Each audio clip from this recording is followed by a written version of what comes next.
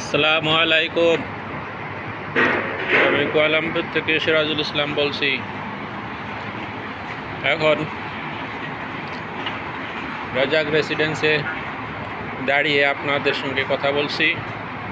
এখান থেকে শহরের অর্ধাংশ, অর্থাৎ আমি যেখানে দাঁড়িয়ে আছি উত্তর থেকে দক্ষিণ অর্থাৎ পশ্চিম অংশটি দেখাতে পারবো এই বিল্ডিং থেকে। এটা উত্তরের অংশ।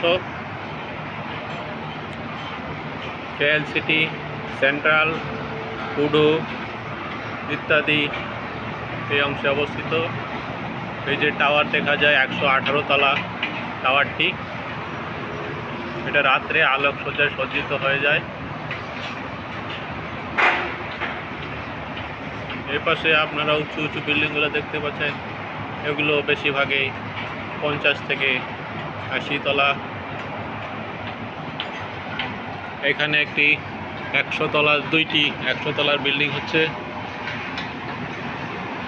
আরও একাধিক বিল্ডিং নির্মাণাধীন। আর এই সামনের বিল্ডিংগুলো কোনোটা 50, কোনোটা 60, কোনোটা 70, 80 এভাবে সারি সারি বিল্ডিংগুলো দাঁড়িয়ে আছে। কোনোটা আবাসিক, কোনোটা কমার্শিয়াল। ওই দূরে দেখা যায় একটি 100 তলার বিল্ডিং হচ্ছে।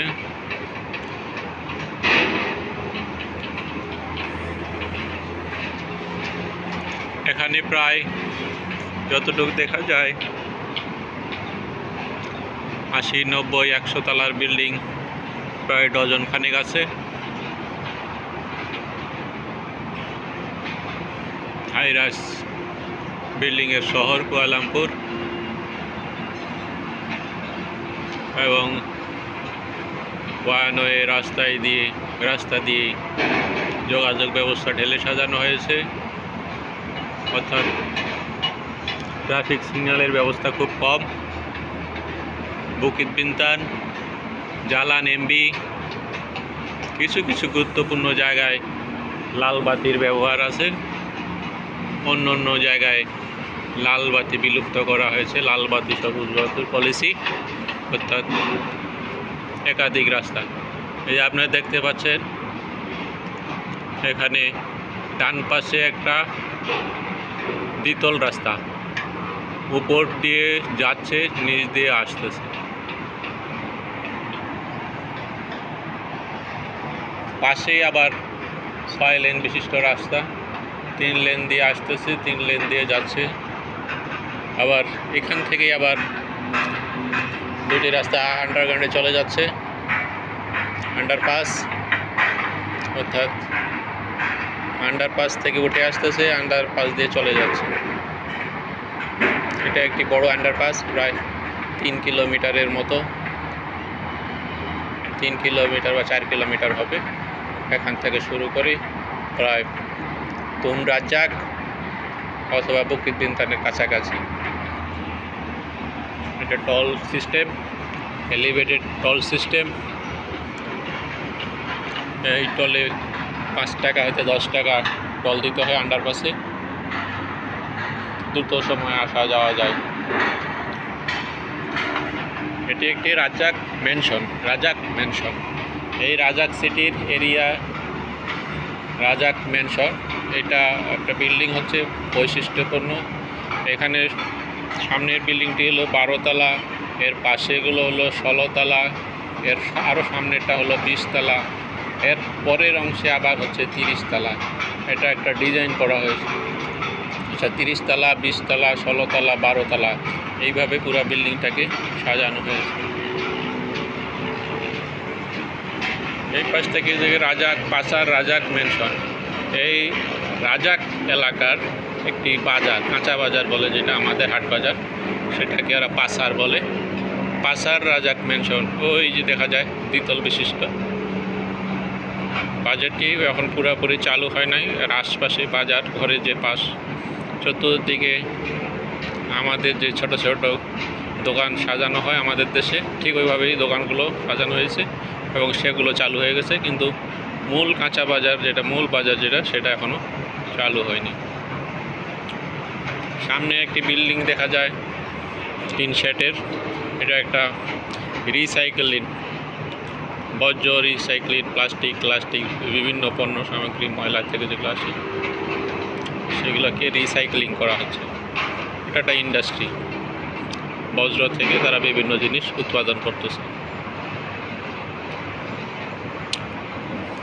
পাশে মেট্রো রেল,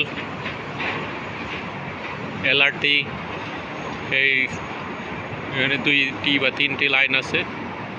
এলআরটি মেট্রো, এটার একটা রুট চলে গেছে কুয়ালালামপুর ইন্টারন্যাশনাল এয়ারপোর্টের দিকে, আরেকটি গেছে আমপাংয়ের দিকে,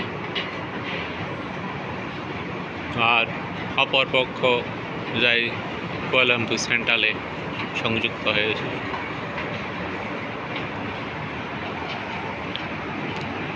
এই মাত্র দেখা যাচ্ছে একটি মেট্রো রেল যাচ্ছে, 4 বগি বিশিষ্ট।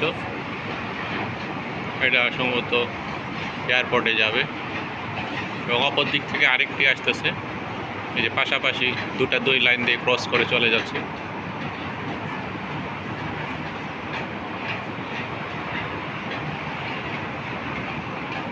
এখানে একটি হাব, এখানে একাধিক রাস্তা ক্রস করেছে, প্রায় 6 হতে 7 দিকের সংযোগ এই জায়গায় আছে। আমাদের যেমন কুড়িল বিশ্ব রোডের একাধিক রাস্তার সংযোগ হয়েছে, ঠিক এই টাইপের এখানেও একাধিক রাস্তার সংযোগ।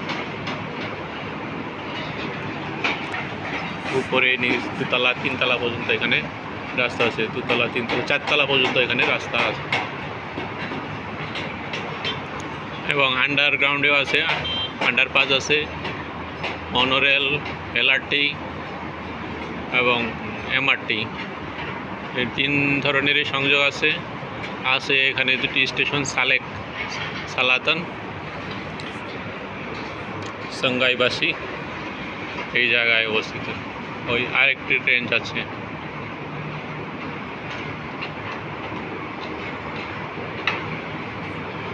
পুত্রজায়ের দিকে যাবে।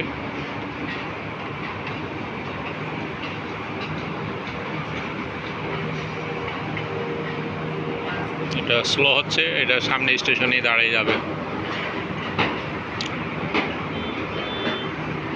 এখানে একটি বিশাল বাগান সবুজভাবে রাখা হয়েছে। এখানে কোনো হাইরাইজ বিল্ডিং হবে না, পরিবেশ রক্ষার সুবিধার্থে একটু জায়গা উন্মুক্ত রাখা হবে। তারপরে ভবিষ্যতে যদি কোনো সরকার নীতি নির্ধারণ করে যে কী করবে না করবে, তখন এই মুহূর্তে এটা উন্মুক্তই থাকবে, কারণ চতুর্দিকে হাইরাইজ বিল্ডিং। আর কুয়ালালামপুরের বৈশিষ্ট্য হলো শহরটি চতুর্দিকে উঁচু উঁচু পাহাড় দিয়ে ঘেরা।